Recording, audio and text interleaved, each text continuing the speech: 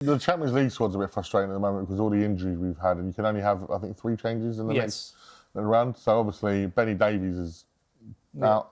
Richarlison. Bentancur. Yeah, that's the problem. I know who you picked. Who looks like they're coming back quickest, I think is going to be the situation. Obviously, we can get Conor Gallagher if we get through. He can then step in, which will be a big bonus. But I just find it very difficult in this January window to bolster the squad. I think you're spot on. I think you're spot on because the names that are being touted are like Jan Diamande at Leipzig, who's also been linked with Liverpool. He has had half a season there after coming from, I think, Spain, and has been phenomenal. But they're going 80 million. Yeah. We're not going to do that now. Was it Samuel Agahawa at Porto? Really good up and coming striker. Nearly went to Chelsea. It's we want this. It's sort of the January window is we either, from history, we've plucked out Kulusevski or Bentancur or Lucas Moura. We have that sort of signing in us. But we've already done that, I think, with Gallagher. That's been our, chuck a 30 million, pluck this guy out. He's good. He's got potential to come in and make a difference. Ideally, I think we need another winger. But that's the problem. It's I can throw a million names at you and it's I think it's such a hard sell now. Why would you want to come now when you don't know if the manager's going to be here next week? The squad's all over the place. You're coming in as you're going to start probably. I think that's a lot of pressure, and I just don't know what players at the moment, even if that stay in the Premier League, go around Europe, are going to want to come to Spurs now. Whereas in the summer when you reset and it's might have a new manager or we can attack the new season. That's where it'll be an easier sell. And then Paratici's leaving.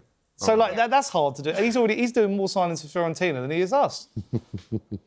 You're talking about big price tags in January. It's very upset to listen to Jim Waite and Simon Jordan yesterday talking about our Micky van der Ven, right?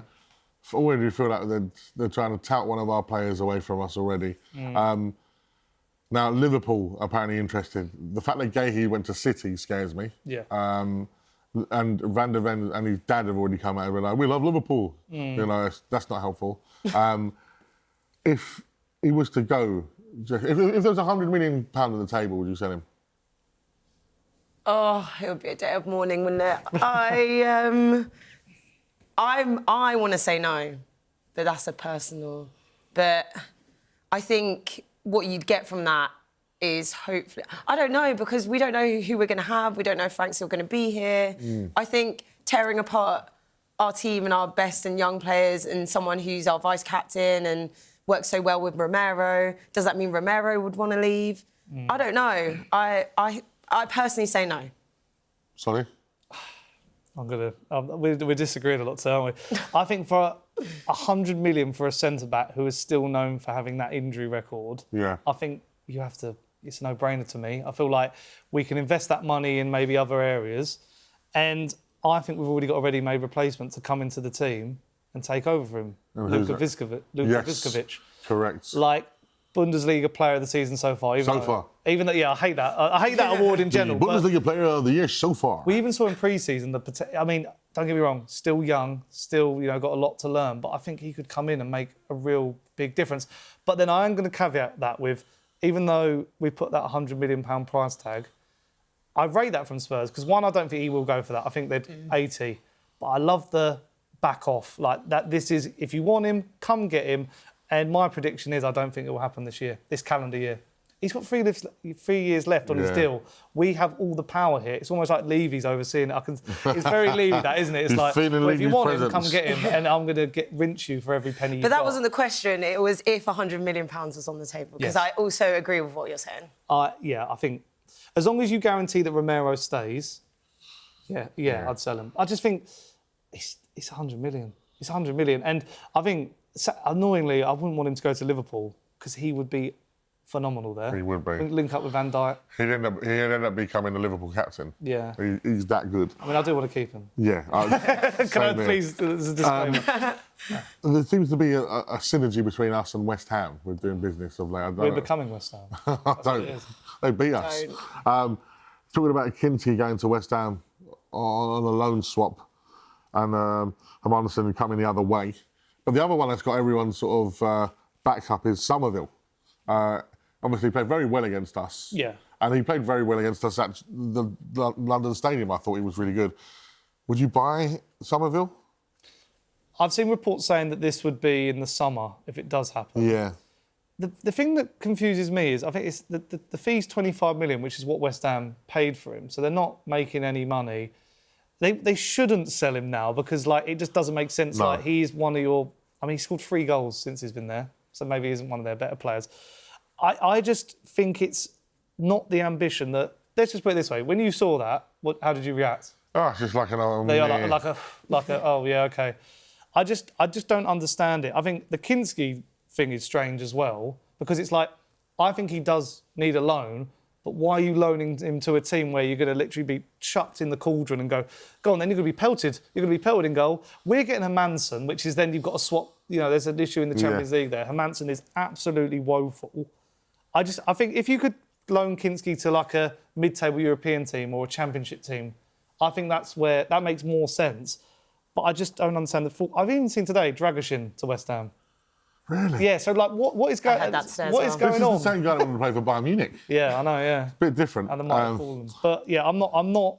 It's not exciting me. Let's put it that way. Right, so that's your transfers. Let's talk about the Burnley game ahead of that this weekend. Spurs have a decent, well, actually a very good away record in the Premier League at the moment. No other team has a higher percentage of points, 67% from away games this season, and only Arsenal have earned more points on the road than Spurs. They've had 21 points away, we've had 18. So that bodes well going to Turf Moor, where we've had joy in the past, as you mentioned before. You know, the first game of last season, you know, absolutely giving them a hiding a couple of seasons ago. But this reeks of Dr. Spurs. Burnley are winless in their last 13 and have lost 6 of their last 7 Premier League games against Spurs. That is just asking for trouble, that stat. They're desperate for wins, they need points. But I'm not going to say it. It's not West Ham. We're winning this game, guys. We're winning it convincingly. Come on, Spurs. We've collected all the numbers, isn't it? Winless in 10, winless in 11, Yeah, 12, 13. Burnley, I mean, they gave Liverpool a good game, didn't they, last weekend? Drew at Anfield. I just can't. It's such a banana skin. But then I am going to be... I've been so negative this week. I'm really sorry about that. I think we will win this. Because, I just fancy us away from home to be a bit more progressive. I mean, the Dortmund game has given me a bit of faith that these players can go out there and do something. Yeah. And don't get me wrong, Burnley are scrapping for their life. The gap is actually not that much between them and West Ham and then Forest. I think it's going to be a really interesting relegation fight. So they are going to give us a game, but then that also does work in our favour. Because if they sit off, I don't even know if a point helps them. I feel like they need to be going for it. Well, they have to win their home games. If they've got any chance of staying up, winning their home games is essential, Jess. I think if we get a Romero goal in the first 20 minutes, that sets us up nicely. He loves Very goal. specific. Yeah, he does. Yeah, it's specific, but I feel like it's been a recent thing where he's. Good, yeah. I feel like he's setting the standard, and I like that. And like no cards from him recently as well, so that's good. Yeah, I don't know. I want to see Odobert like earning his place in that, and I feel like against his old club, so he's got a lot to. Yeah, there's a lot to prove there. Oh, I'm hoping that this game... If you'd have asked me again, like, before Tuesday night, then my answer maybe would have been different. But I am hopeful that this is a positive turning point. I feel like attitudes and that just riding that wave of positive vibes is the way to go. Yeah, I agree with you. And hopefully that's what Thomas Frank can get across to the players. Is like, that was a turning point of our season. Let's keep building on that momentum. We've got City next, who we know we can beat. We've beaten them once this season. And we love giving them a beating. You know, in the Premier League. Even though that might end the title race. We might have another rerun of the other year. Of last year. Oh, dear. So I'm hoping that... Do you think you should keep the same team from Tuesday night? Is it exactly the same team? I feel like... Well, no Bergvall. No Bergvall. Yeah. Which is such a massive miss, because I think Frank has misprofiled him all season. Yes. But in the last couple of games, he's playing in the perfect role. And the fact, I mean, there's the footage that we were talking about before of him literally hobbling around, trying to run off an ankle injury. And you're like, what are the medical team doing? That's another conversation. I just feel like maybe Conor Gallagher, this is a good game for him to, you know, really disrupt that midfield. Stamp his authority. Yeah, exactly. I would go pretty much the same. I think Dom straight back in, Wilson on the wing as well. Maybe the other wing is the one where I'm a bit unsure what we do. I don't really know, like... maybe Tell can come back in, can't he? I think Tell has something to prove as I well wanna after see him. Solanke coming back out the gates, fresh out the gates for this goal. That's the thing. But would you pick Tell over on the left-hand side over Jed Spence? And keep... I would. Rather keep that sort of little synergy going between Udogie and Spence. I could imagine, I could see a world where maybe like Udogie gets rested. I feel like they're trying to bring back these players slowly. Like we saw it with Solanke, he was given minutes in Sunderland, Villa, West Ham, and then chucked him for the Dortmund game because we knew how important that was. So maybe it's like okay, we'll play you a little bit here and then like just build his fitness up because if I see him go down again or any of these players the constant injured players like Bentancur again, what happened with him? I'm just like, it's getting ridiculous now. Isn't it? Score predictions, Jess, let's start with you. I want to go for a Spurs win. Nice. I want another Solanke goal and... with the anime. I love how they always in the post-match interview ask him about it, and I feel like I learn something every single time. Like what anime, what episode, and whether it's his favourite or not. A lot of them have been his favourite. I think I want it to be an exciting game, so I want to say 2-1 to us. 2-1 to us. Sonny? I'm gonna get my theory hat on here. Every good performance we've had this season has had the same scoreline. City, Brentford, Dortmund, 2-0. 2-0, okay, nice. I'm going to go for a 3-1 Spurs victory. I see Burnley scoring. It will probably be Vicario's fault. It will probably be a corner. But I do see us scoring 3 goals. I think we're going to be able to open them up. And again, it's just more positive momentum, as Jess said, leading into that Frankfurt game, which is obviously very important. As you said, probably more important than the City game. I think if Spurs can go and do a job against Burnley, keep that momentum, keep the energies high. Like, at the end of the day, we've had not much to talk positively about this season on here that many times. So today, I still brought the negative energy. Well, not really. I got a bit more realistic.